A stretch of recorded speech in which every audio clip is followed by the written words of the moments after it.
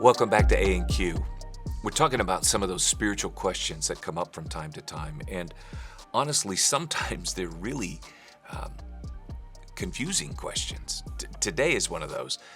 Did Jesus descend or go to hell? Which is really odd to hear that even out loud, but some of us grew up in church hearing this because of what's actually called the Apostles' Creed. It's a part of that creed. Now, these creeds are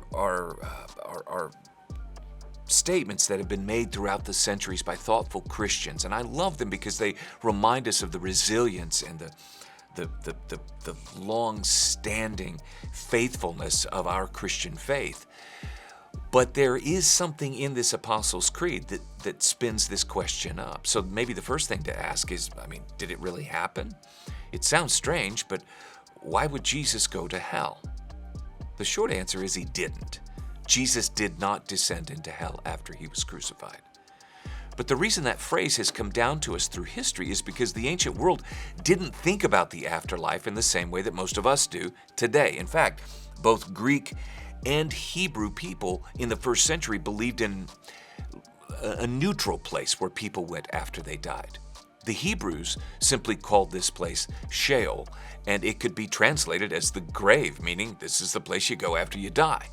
In Greek, writers used a word that might sound familiar to you, Hades, and it pretty much meant the same thing. The point is, nobody really knew what this place was like, so it was more of a metaphor for this mysterious place that you go after you die. Now, when these early Christians were writing the creeds, like the Apostles' Creed, they were trying to get on the same page about the most important, the most critical things to believe. And that's where we get these words. Jesus suffered under Pontius Pilate, was crucified, died, and was buried, and on the third day he rose again.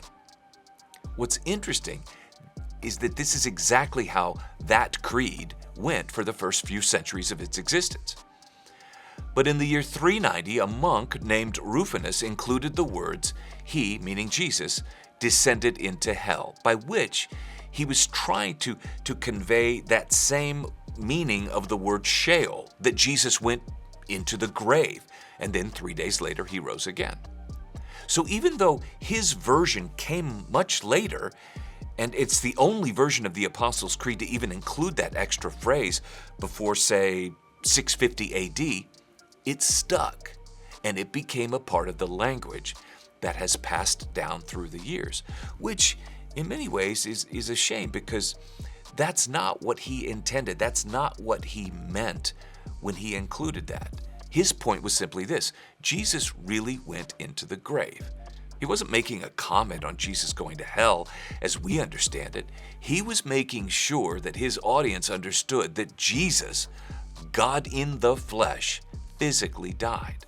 Now, I know that was a lot of church history, but I think the main thing to understand is that Jesus did not descend into hell, but simply the grave, or in his case, a tomb. And the most extraordinary part of that creed is what comes next. He rose again. Every gospel writer makes that point. The tomb was empty. In John 14, verse 2, Jesus assured his early followers that he was going ahead of them and preparing a place for them in eternity. It's a promise that he's made to you and I as well. These are the kinds of things that we hang on to, and I hope this video has been helpful and maybe even cleared up some confusion. Maybe it's even given you permission to keep asking questions, because there are all sorts of other things that we couldn't cover here in this time frame, like, what hell even is, or how do we know the resurrection really happened?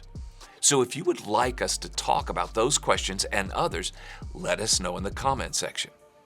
We hope to keep up with this conversation and to stay connected with you all.